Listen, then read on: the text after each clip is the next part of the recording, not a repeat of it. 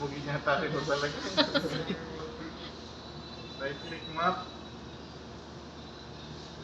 Zero. X. Type mo. Sumobra sa si Sus, Daddy B. Type mo. CSS. CSS. Ito. CSS. Tapos folder redirection. Ay, files. Files. Ito. Ito na lang okay.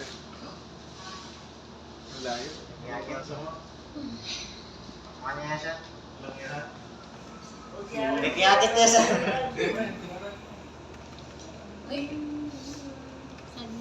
Redirect. Ay, sorry. Sorry. Wala. Sorry. Diyan sa naman Ay, putik. Kay kamay ni Jesus. Layo naman. Oh, Jesus.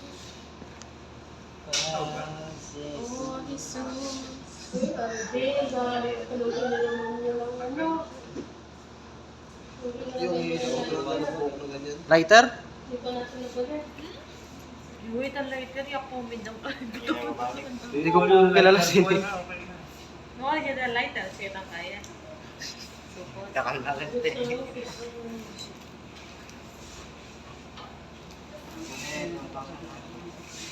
Nice. Basta king lang.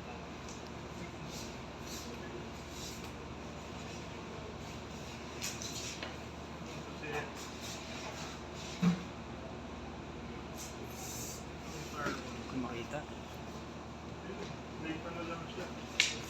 Interaction. Late reaction yun. Masa na tayo? Okay, dito. Pagka na-like ng map network drive nyo na, gagawin nyo na yung folder redirection. Hindi pa. Network path. So, copy-paste nyo lang to para ready kayo. Para hindi kayo nagta-type lagi. So, balik tayo ng dito sa ginawa nyo. Right-click nyo. Properties. Punta kayo ng profile. Piliin nyo yung connect. Tapos, kung ano yung network drive natin. Tapos yung kinape-paste natin sa yung So, tapos, dagdagan nyo lang ng percent. Ito na ba yun? sakit ng Ang folder redirection ko lang ito. Ginagawa ko na itong sa server manager. Okay lang, kahit baliktad. Sige na nga, baka malito pa kayo. Sige, okay lang sir. Yes sir, sir. Pupunta ka din doon sir. Para sure na lang. Baka... Sir, lumay kasi kinapin. So, pagka ito yung gagawin, group policy management, punta lang kayo ng administrative tools din. Tapos, hanapin yung group policy management. Ito. Tapos, click nyo yung forest. ayan yun sir. Ito sabi, click forest, tapos domain, tapos org. Tapos, right-click yung default. Just edit. Edit. Tapos, punta daw ng user configuration. So, ito, tapos policy, then Windows settings, then folder redirection. Tapos, kung anong mga folder yung i-redirect. Dito sa example natin, anong ginamit niya? Desktop at saka document. So, right-click niyo yung desktop, properties, tapos basic, tapos yung root path. Yung ginawa natin.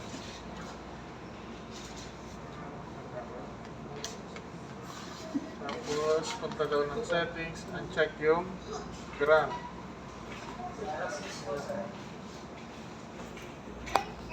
Okay. Lang yun sa documents na, properties, basic, Sir, si ma'am yan po. control V na lang. Continue. Then, ganun din, balik dito, tanggalin yung grant, same lang. Apply, okay. Yes. Okay. So, after nito, balik na kayo dun sa mamaya na, sabay-sabay na natin ni GP update. Balik muna tayo rito. Sayang yung copy eh. Ito kasing ito, tsaka yun, pareho sila ng purpose. Kaya magkasunod silang ginagawa. Ang pinaka dapat gawin dito, expedite. Kailangan kung anong sinasave sa desktop dito pupunta. Wala dapat nasa-save sa local computer. Sama talaga ng ugali na ito. Copy nyo ulit to para paste mo lang. Pag-apply nyo, papalitan ng username niya. Ulitin nyo lang kay Wally Bayolo. Mobile, connect to... Apply. Okay. After nun, check na kayo ng CMD. GP update. /force.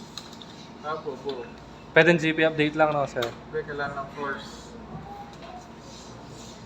Kailangan ng force para hindi ka na mag-log-out. Pero nag-log pa rin tayo. Log-out. Patay dyan. Although pwede mong ino yan eh. Dahil nag-force ka eh. Kayo, ito na. Si Wally, nandito pa na. Okay na sila. So, para i-test yan, gawa lang kayong folder dito. So, na-direct muna. Doon muna tayo sa harap. Lagay na garan sa amin. Lagyan natin ng ano. O sige, si Udas na lang. Wala pa mo, agent. Udas. Lagay na yung gawang folder. Nakalagay na siya. Kasi yung desktop mo dapat mag-redirect ng agad dito. So, ganyan muna ako Ayan sa o. direct. Pag hindi lumitaw dito sa server, nakalagay yan sa kung anong ginawa folder sa server, hindi lumitaw dito, mali yung ginawa. Gawin mo din dyan sa desktop niya, gawa ka folder. Okay na, sir.